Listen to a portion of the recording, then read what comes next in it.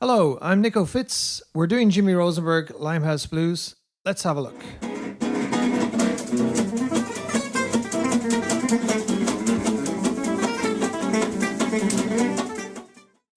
In this video, we're on chord 2 of Limehouse Blues, which is A7. And the first three chords of Limehouse Blues are C7, A7, and G. It's in the key of G, but it starts on C7, then an A7, and then down to G. So we're on the second chord, which is A7. And on this chord, Jimmy is playing this.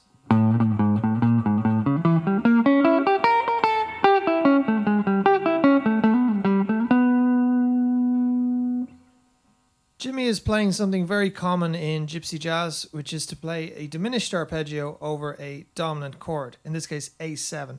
He's playing a diminished pattern over this, and in this video I'd like to cover why this works and how we can do it practically as well.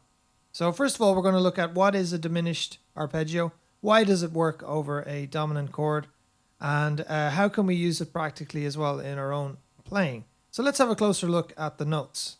The phrase starts with an enclosure around the root note A. So we're looking at A on the 5th fret of the low E string.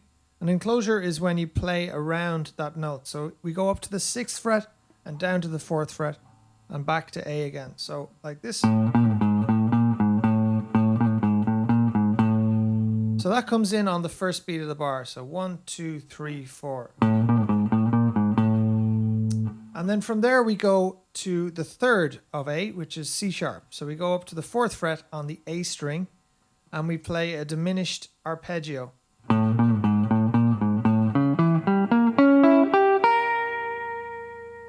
When we get to the top of the phrase, there is a ornament, a hammer on and pull off, or a flick, whatever you might want to call it. So,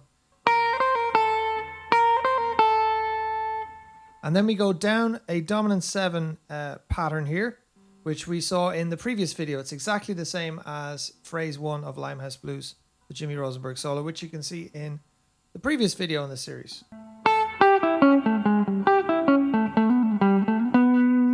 And then it resolves up to a G major shape. So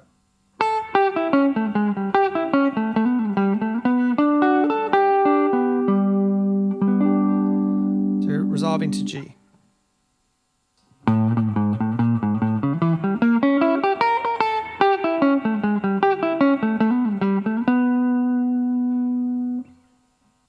I'm just going to focus on the diminished aspect of this phrase here. And the first thing I'd like to do is try and explain what diminished is and why it works over a dominant chord. The diminished arpeggio is a series of minor thirds. So in this case, we're on A7. And we're playing a diminished arpeggio from the 3rd of A, C sharp. So like this.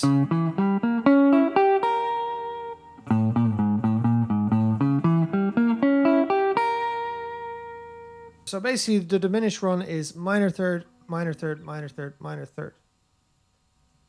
The reason then why this works on top of A7 is that when you play a C sharp diminished run like this on top of A7, it picks out all the notes of A7 flat 9. So we'll have a look at that now. So we're playing on A, A7, and we're starting our diminished run from C sharp, the 3rd of A. And as we go up, you can see that it grabs the notes of A7 flat 9. Let's compare it to a regular A7 or a regular A dominant 7 and see how similar the two patterns are. So a regular A7 is A, C sharp, E, G. A, C sharp, E, G, A. That's a regular A7 chord. Now let's look at the diminished pattern over the A7 and see how similar it is. So we're starting on A, an enclosure around A, then doing a diminished run from the C sharp. So C sharp, E, G, B flat, C sharp, E, G, B flat. So basically it's exactly the same as an A dominant 7 arpeggio, except instead of playing A, you're playing B flat. So instead of playing the root note, you're playing the flat 9. The rest of the notes are the same. So you'll notice we're starting on the root here, A, in this phrase. And then we play this diminished run from C sharp. And Most of the notes are the same as a regular A7. So the C sharp is the same, the E is the same, and the G is the same. Whether you're playing this diminished pattern or whether you're playing a regular A7. So that's why it works so well. The two chords are very, very similar. The only thing being different is that in the diminished pattern, you're creating a flat 9 sound as opposed to just a straight dominant 7 sound. The dominant 7 flat 9 sound is very useful in music because it creates a lot of dissonance, tension. It's an altered sound, which then wants to resolve to a more natural chord that's more part of the key that we're in. So if we look at the C sharp diminished that we're using here, if we look at a C sharp diminished chord, there are some very dissonant intervals in there. First of all, the minor third that we mentioned is a dissonant interval. Then we have, this is a tritone there on the bottom, which is the devil's interval, as they say. So that's two minor thirds on top of each other. And then we also have, we're playing it over A. So we're playing it over A7. And we're playing this over A7, which means that we're actually creating a, we have, the rhythm player is playing A, and the diminished pattern is playing B flat. So they're only one fret apart. So that's a minor second interval, which is extremely dissonant as well. So the diminished chord is made up of very dissonant intervals like the minor third, the tritone, and when you play it over the A7, play the C sharp diminished over the A7, you get this interval as well, the minor second.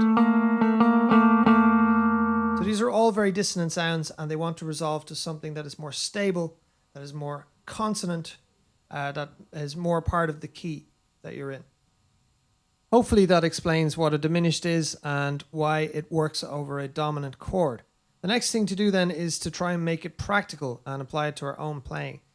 It's very common in gypsy jazz to slide into the root note of the chord that you're on. So let's say A7 in this case, and then use the third of the chord to start your diminished run. So in this case, C sharp. So Jimmy is doing this.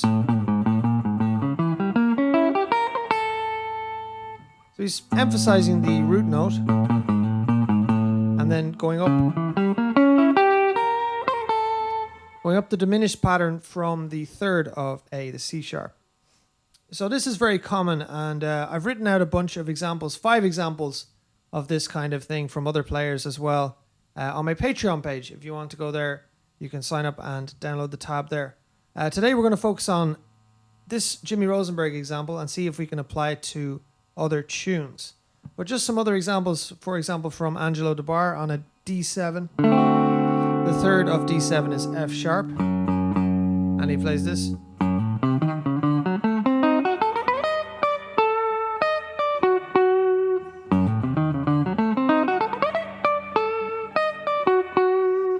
And another example from Jimmy Rosenberg in a minor key.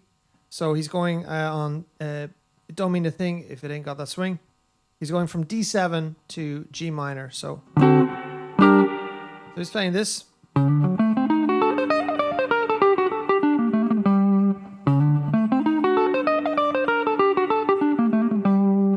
Again, he's sliding into the root of D7 and then starting a diminished run on the third of D7.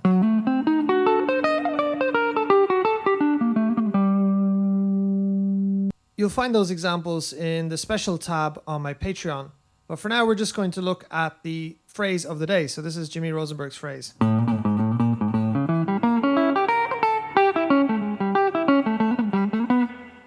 we're going to try and apply this over other tunes.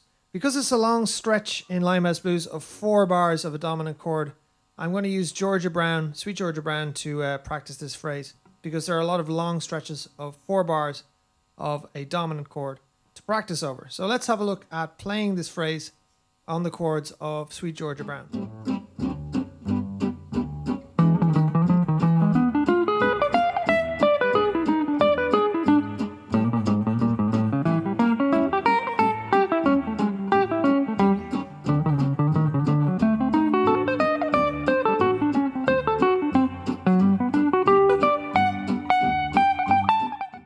The chords of Sweet Georgia Brown are E7, A7, D7, and then down to G. And it's quite nice, this phrase, because it comes in on the first beat of the bar. So it's 1, 2, 3, 4, 1. Play the phrase on E, so it starts with an enclosure around the note E on the 12th fret of the low E string. And then you go down to A, the 5th fret, and you play the same phrase as Jimmy plays. So you play an enclosure around A and then up the diminished arpeggio. And then you play on D as well. So you find the 10th fret on the low E string. And this is a good exercise in hand-eye coordination, viewing where you're trying to get to. So when you're getting to the A, visualize the A. When you're getting to the D on the 10th fret, visualize the D there. It's a good exercise to do. One final thing I'd like to do is look at the symmetry between the first phrase of Jimmy's solo and the second phrase. So this video is part of a series on the Limehouse Blues solo by Jimmy Rosenberg. And in the previous video, we studied the first phrase of the solo, which was on the C7. It goes like this.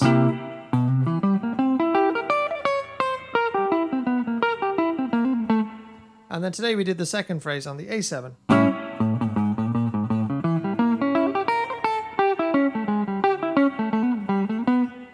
And the nice thing about studying a solo in its entirety is that we can look at the compositional elements that are there, the aesthetic elements that make it so effective. You don't get this from studying just phrases isolated on their own.